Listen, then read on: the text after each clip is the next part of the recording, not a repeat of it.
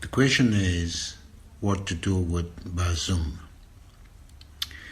We, like other militants, wondered what to make of BAZOUM at this time of rebuilding the state of Niger and on a methodological level. We began by seeking to approach and seek the word of the civilian who, from a legal point of view, seemed to us to be legitimate to give an orientation. Namely, or because since BAZOUM's presidency is legally invalid, the candidate who faced him in the election should be that person. All the more so as, despite the ballot box stuffing, he turned out to have won this election by an absolute majority with a score of around 51%, and the United Nations are fully aware of this. We are talking here about Mahaman Usman. When we speak of the invalidation of the BAZOUM presidency, we remind those who are not informed that BAZOUM was born in Chad of Libyan parents. It's no mystery, and that to make himself eligible, he had a false birth certificate drawn up, and that we are therefore in a case of forgery and usage of forgeries. It therefore implies the winner of the election in Niger is Mahaman Usman. The man is discreet, but he has spoken out firmly against the sanctions imposed on the people of Niger by UEMO and the ECOWAS, and against any military intervention. And we are surprised that the community institutions, ECOWAS and the African Union, are slow to heed to his words. For Mahaman Usman, the immediate lifting of sanctions and withdrawal of the streets of military intervention is necessary for the healing process. Then we have a look at President Gbagbo's words.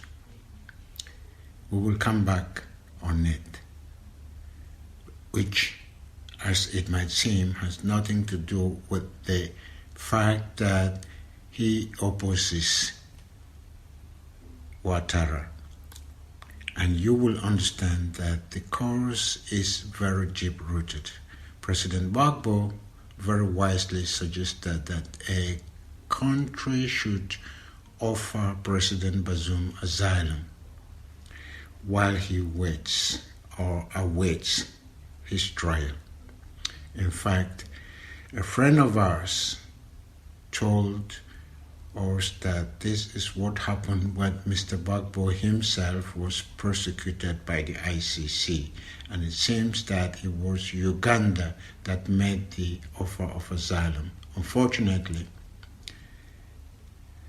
the people Mr. Gbagbo was up against, France and Mr. Ouattara, didn't want him to go there, even though it was quite clear that Mr. Gbagbo was not the kind of personality who would evade any jurisdiction to disappear into thin air. But let's come back to what we today, in August 26, 2023, grassroots activists think should be done about BAZOUM. We assume that a president like Mbalo of Guinea-Bissau, or another with whom he has affinities, could indeed welcome him. So why do we immediately think of Umaru Sissoco Embalo of Guinea-Bissau? It is quite simple. Because he is a military man, a general, listening to more informed observers than ourselves, it appears that the only real danger to BAZOUM's life does not come from those who overthrew him. Rather, it comes from his quote and unquote friends or partners in business and in the fight against terrorism, who have only one fear. And the fear is that BAZOUM will talk.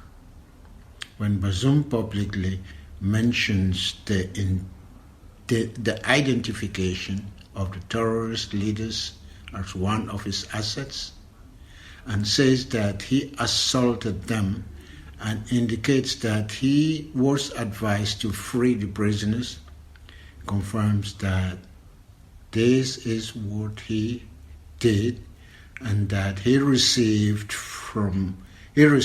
them at the presidency. So the famous he who advised him so well must not really want the question to be examined in depth. A fortiori in a law of God, court of law. Having said that, let's turn now to the legal situation in which this gentleman will find himself. Let me remind you that under the laws of the Republic of Niger, the penalty for high treason is death. However, now that new authorities are in charge, the law, which is a human creation and therefore not immutable, may well evolve. And what leads us to think about this is that on taking office, General Tijani indicated, as we say today, where he was talking from. In other words, to which paradigm he was referring, or to which paradigm he and his companions belonged. General Tijani indicated this in his founding speech on the anniversary of independence on August 3, 2023, when he said that they considered human life to be sacred. And then he referred to Senankuya, which ethnologists have translated as relationship between cousins and lineage groups, and which for West Africa, from Dakar to the confines of Nigeria, indissolubly links all populations, whether black or red. And it is precisely in this ancestral paradigm that we, the militants of M.I.R, the Mouvement International pour la Réparation, International Movement for Reparation, places ourselves. It's the Tout Moun Semoun of the Caribbeans, starting with the Haitians. It is the Mbuntu, and in its West African political declination, it's the Donsulu Kalikan Mandem Kalikan Charter of the Manden, a preamble followed by 7 sections of the word of the founding oath of the state of Mali at the beginning of the 13th century, which today is listed as an intangible heritage of humanity by UNESCO, and whose first stanza begins with "All life is life." One life is not superior to another life, and continues in stanza 2 with "all life being life any harm done to a life requires reparation. I think it was Martin Luther King who, referring to another paradigm, the one expressed in law by the law of Talion, the famous an eye for an eye and a tooth for a tooth, observed that at this rate we would all end up being disfigures. And indeed, it is true, we'll all end up being disfigured. For those of us in the Ubuntu, Mbongi, Tutmun Simun, Mandan, Kalikan, Mandan Chata paradigm, well, in the case of BAZOUM, it's clear that his death won't bring back all our citizens and military dead, horribly mutilated and slaughtered by terrorists who are generally on drugs. However, we remind that the Sahara has become a hub for drug trafficking. Products converge on Africa and travel up to Europe, and the Sahara is at the heart of it all. We are not interested in BAZOUM's death. M.I.R is not interested in BAZOUM's death, and General Tizani and his companions are not interested in BAZOUM's death. On the other hand, there are the billions of people of Niger descent, wealth that have been embezzled by Nigerians, allied with foreign plunderers, and by foreign plunderers. We know who they are, which are the cause of millions of shortened lives. The return of this loot wealth to Nigerians can help repair a certain amount of damage. The repair of this loot to Niger Republic can help indeed repair a certain amount of damage. Consequently, as the International Movement of Reparation, M.I.R, the first two measures prior to BAZOUM's evacuation to an ECOWAS state seem to us to be the following. Primus, first and foremost, of course, to lift the sanctions, which constitutes an error that, if prolonged, becomes a mistake, a serious mistake, which have a cost in human lives, for which those who decided on the sanctions are responsible. And the second measure prior to the evacuation of the BAZOUMs is, of course, the transfer to Niger's treasury of the family's ill-gotten gains. When we say BAZOUM, it goes without saying that we include his extended family, starting with his nuclear family, his wife, whose foundation embezzles money from NGOs, and his children, to whom he has transferred colossal sums of money, including to France. Who among the people of Niger doesn't remember some scandalous transfer of pompous ceremony, wedding or other, in Niger, Chad, or elsewhere? In concrete terms, these people have turned Niger into their private property and Nigerians into veritable hostages, stripped of everything in their own country. The last decade was characterized by calamitous management by a party that had become dictatorial and which has reduced freedom of expression to a bare minimum.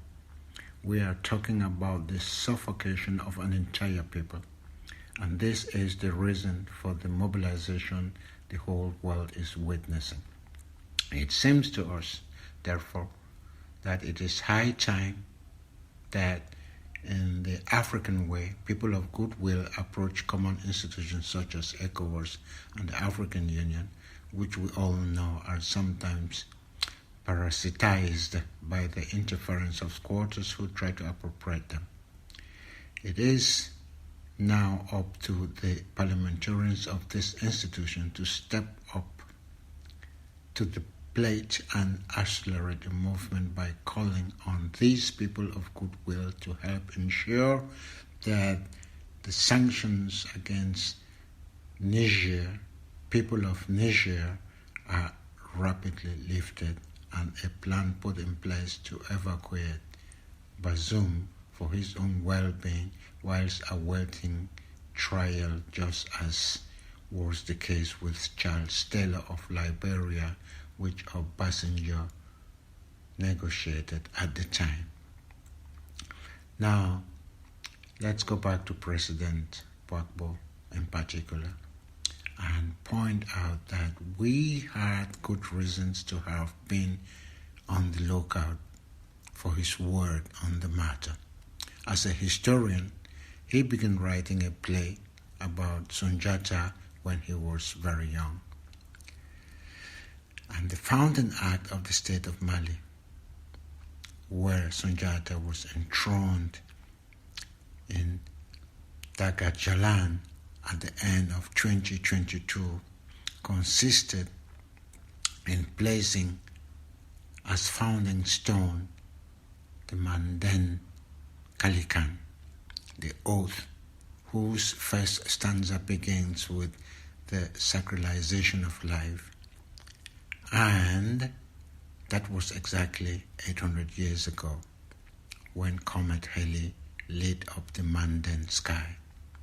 And it's also why in France the 2008 edition of La Marche des Esclaves in Nantes was conducted under the umbrella of La Charte du Mandem in the presence of a delegation of human rights defenders from Niger, including the late historian Boubé Gado. The raison d'être of the founding of the state of Mali 800 years ago was the eradication of slavery.